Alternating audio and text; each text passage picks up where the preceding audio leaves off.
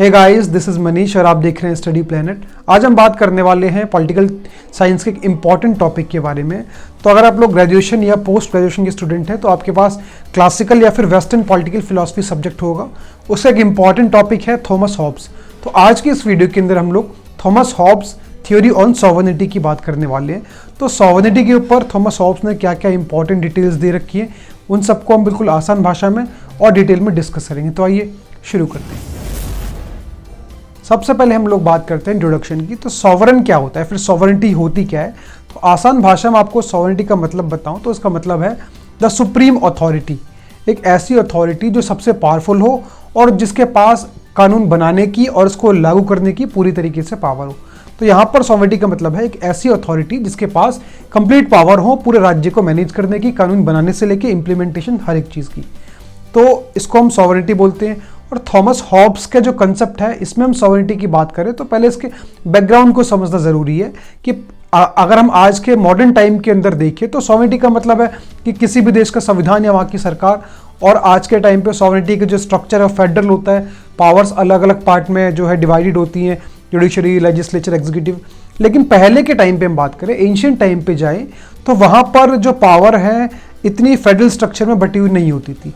एक या तो कोई मोनार्की होता था, राजा होता था, या फिर हम बात करें उससे भी पहले जाएं जब कोई जब स्टेट होती थी, जब कोई अथॉरिटी नहीं थी तो वहाँ पर एनार्की हुआ करती थी। जो ज़्यादा पावरफुल हुआ करता था वो दूसरों पर रूल किया करता था। तो ऐसे सिस्टम के अंदर काफ़ी क्योस था, काफ़ी हड़बड़ी या फिर हम बोल सकते हैं बिल्कुल ही अव्यवस्था थी। तो इससे डील करने के लिए, इसको निपटने के लिए, इसको ख़त्म करने के लिए जो है सभी जो लोग थे समाज को, इन सब ने मिलके तय किया कि एक ऐसी अथॉरिटी हम लोग बनाएंगे जो हम सबको क्या करेगी, मैनेज करेगी। तो यहाँ से शुरुआत हुई सॉवरेनिटी की। अब हम बात करते हैं थॉमस हॉब्स की जो लेविथिन स्टेट है उसके अंदर सॉवरेनिटी को किस तरीके से समझा रखा है। तो उसको जानने के लिए सबसे पहले हमें सोर्स पे पीछे जाना पड़ेगा कि ये जो सॉवरेनिटी है, ये जो सॉवरन है थॉमस हॉब्स की स्टेट के अंदर, उसके सोर्स कहाँ से हैं। तो सोर्स है आपके सोशल कॉन्ट्रैक्ट थ्योरी के। समाज के अंदर एक सोशल कॉन्ट्रैक्ट थ्योरी भी बता रखी है थॉमस हॉब्स ने, जिसके तहत जो समाज के लोग हैं और वहाँ का जो अथॉरिटी है, राजा है, मोनार्क कोई भी हो सकता है, उनके बीच में एक समझौता हो रखा है। समझौते के तहत क्या है कि जो समाज के लोग हैं उन सब ने अपनी जो है पावर्स हम बोल सकते हैं या कुछ लिबर्टीज़ जो है सरेंडर कर रखी हैं। किसको? अथॉरिटी को, हम बोल सकते हैं सॉवरेन को। तो अपनी पावर्स हो गया, अपनी लिबर्टीज सारी कॉम्प्रोमाइज़ कर रखी है और सारी पावर्स किसको? एक अथॉरिटी को दे रखी है, जिसके बदले में अथॉरिटी क्या करेगी, वहाँ के जो लोग हैं उनको सुरक्षा देगी, उनकी लाइफ को और उनकी लिबर्टीज़, कुछ उनको जो है कुछ फ्रीडम भी दी जाएगी। तो एक ऐसा समझौता जहाँ पर लोग अपनी पावर सरेंडर कर रहे हैं राजा के हाथ में या फिर अथॉरिटी के हाथ में, और राजा क्या कर रहा है, उनको सुरक्षा दे रहा है। तो ये है सोशल कॉन्ट्रैक्ट थ्योरी। और इसी थ्योरी के तहत जो है सॉवरेन को बहुत ही ज़्यादा पावरफुल बना रखा है लेविथिन स्टेट के अंदर। और कैसे पावरफुल बना रखा है वो जानने के लिए हम इसके फीचर्स को पढ़ते हैं। तो अगर हम फीचर्स को समझें तो सबसे पहले समझिए कि जो लेविथिन स्टेट है, हम बोल सकते हैं थॉमस हॉब्स के हिसाब से जो सॉवरेन है, जिसको हम हेड ऑफ द स्टेट, मतलब जो पूरी स्टेट का चीफ होगा, उसको एब्सोल्यूट पावर्स दी गई हैं। एब्सोल्यूट का मतलब सारी शक्तियाँ उसके हाथ में दी गई हैं। और जैसा मैंने आपको शुरू में इंट्रोडक्शन में बताया था कि आज के टाइम पे तो फेडरल स्ट्रक्चर काम करता है जहाँ पर पावर्स डिवाइडेड हो रखी हैं, लेकिन पहले के हिसाब से फिर हम बोल सकते हैं लेविथिन स्टेट के अंदर कोई भी फेडरल स्ट्रक्चर काम नहीं करता। तो चाहे वो लेजिस्लेचर की पावर हो, चाहे वो एग्जीक्यूटिव की पावर हो, चाहे वो जुडिशियल ब्रांच की पावर हो, ये सारी शक्तियाँ जो हैं सिर्फ एक अथॉरिटी के हाथ में दे रखी हैं। और इसको हम बोल सकते हैं कि इन पावर्स का मोनोपोलाइजेशन कर रखा है, पूरी एक मोनोपोली बना रखी है और मोनोपोली बना के सारी शक्तियाँ सिर्फ एक अथॉरिटी के हाथ में सौंप रखी हैं। दूसरी बात यह है कि जो फीचर है लेविथिन स्टेट का कि sovereign can not be challenged.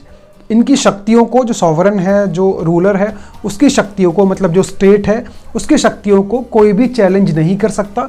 तो उसका जो एक्शंस हैं, चाहे वो कानून बनाने से लेके इम्प्लीमेंटेशन से लेके न्याय देने तक, तो जो भी उसके एक्शंस हैं, अगर उसका कोई भी नेगेटिव या पॉजिटिव एस्पेक्ट सोसाइटी के ऊपर पड़ता है तो किसी भी कंडीशन में, किसी भी केस में जो वहाँ के लोग हैं वो अथॉरिटी को या फिर बोल सकते हैं सॉवरेनिटी को चैलेंज नहीं कर सकते। एक और फीचर को अगर समझाया जाए उसके अंदर तो वो है सबऑर्डिनेशन ऑफ द चर्च।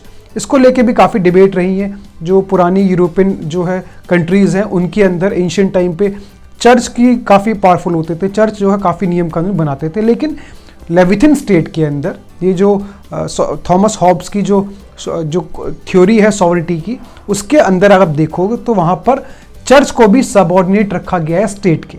तो मतलब राज्य या फिर बोल सकते हैं अथॉरिटी सॉवरेन पहले आएगा, उसके बाद चर्च आएगा। तो चर्च के पास भी ये पावर्स नहीं है। हालांकि रिलीजियस मैटर्स में तो नियम कानून बना सकता है, लेकिन पॉलिटिकल मैटर्स के अंदर या फिर हम बोल सकते हैं चलाने के लिए राज्य को, गवर्नेंस के अंदर कोई भी चर्च का इंपॉर्टेंट रोल नहीं होगा और वो भी सॉवरेन की पावर्स को चैलेंज नहीं कर सकता।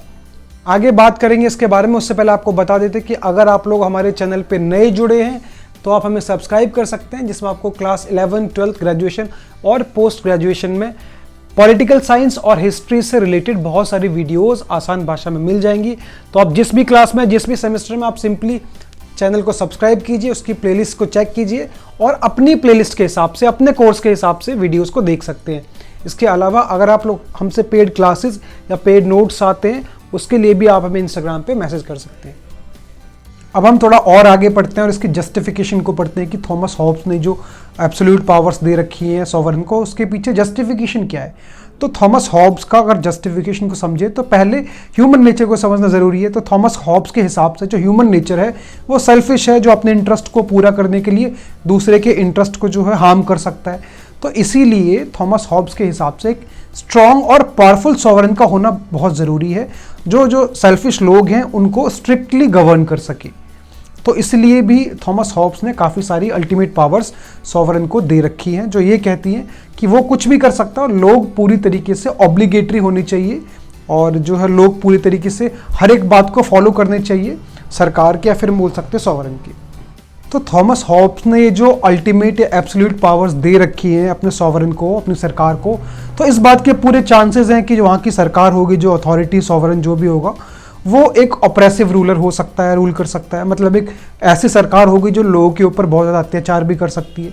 लेकिन इस बात को भी थॉमस हॉब्स ने जस्टिफाई कर रखा है। जस्टिफाई कैसे कर रखा है?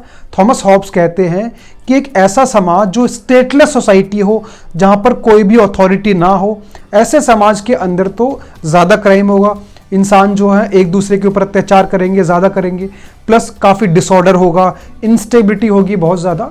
तो ऐसी सिचुएशन से बेहतर, तो इसीलिए थॉमस हॉब्स कहते हैं कि एक स्टेटलेस स्टेट से ज़्यादा बेहतर है कि एक ऑप्रेसिव अथॉरिटी हो, एक ऑप्रेसिव स्टेट हो।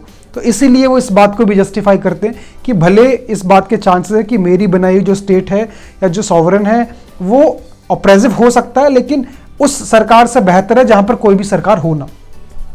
तो अब हम समझते हैं कि थॉमस हॉब्स का जो सॉवरेन है, जो अथॉरिटी है, उसकी अल्टीमेट लिमिटेशन क्या होंगी, आखिरी में वो कहाँ पर आके रुक सकती है। तो इसका जवाब भी आपको सोशल कॉन्ट्रैक्ट थ्योरी के अंदर मिलेगा। अगर आप याद करो जो आपको सोशल कॉन्ट्रैक्ट थ्योरी बताई थी, जहाँ पर सॉवरेन को भले ही बहुत सारी पावर्स दी थी लोगों ने, सबने मिलके, बट उसके बदले में एक कॉन्ट्रैक्ट था कि जिसके तहत जो राजा है या फिर बोल सकते हैं अथॉरिटी है, सरकार है, वो जो है वहाँ के लोगों की लाइफ को प्रोटेक्ट करेगी और कुछ लिबर्टीज़ देगी। तो अगर जो सॉवरेन है, मतलब सरकार है, डायरेक्टली वो लोगों की, सिटीजन्स की जान ले रही है या ऐसे फैसले कर रही है जिससे कि वहाँ के जो सिटीजन्स हैं उनकी जान को खतरा हो रहा है, तो वो कॉन्ट्रैक्ट क्या हो गया, ब्रेक हो गया, ब्रीच हो गया, टूट गया। तो ऐसे कंडीशन में लोग पूरी तरीके से विद्रोह कर सकते हैं और सॉवरेन अपनी अथॉरिटी को, अपनी पावर्स को पूरी तरीके से लूज कर देगा। तो आसान भाषा में ये कि किसी भी हद तक वो काम कर सकता है, कितने भी अत्याचार कर सकता है, बट वो लोगों की जान को नहीं ले सकता, क्योंकि सोशल कॉन्ट्रैक्ट के अंदर इसी बात का समझौता हुआ था कि राजा जो है कुछ भी करेगा पर वहाँ के लोगों की जान की सुरक्षा करेगा और उनको कुछ लिबर्टीज़ देगा। तो अगर वो जान की सुरक्षा नहीं कर पाता है तो सॉवरेन जो है, सरकार जो है, अपनी लेजिटिमेसी को लूज कर देगी। तो ये पूरी थ्योरी थी, मैंने आपको आसान भाषा में समझाने की कोशिश की। आई होप आपको समझ आई होगी। तो आप इसको ज़्यादा से ज़्यादा शेयर कर सकते हैं और ऐसे ही भाषा में, आसान भाषा वीडियोज़ को देखने के लिए चैनल को सब्सक्राइब कर सकते हैं। Thank you so much for watching.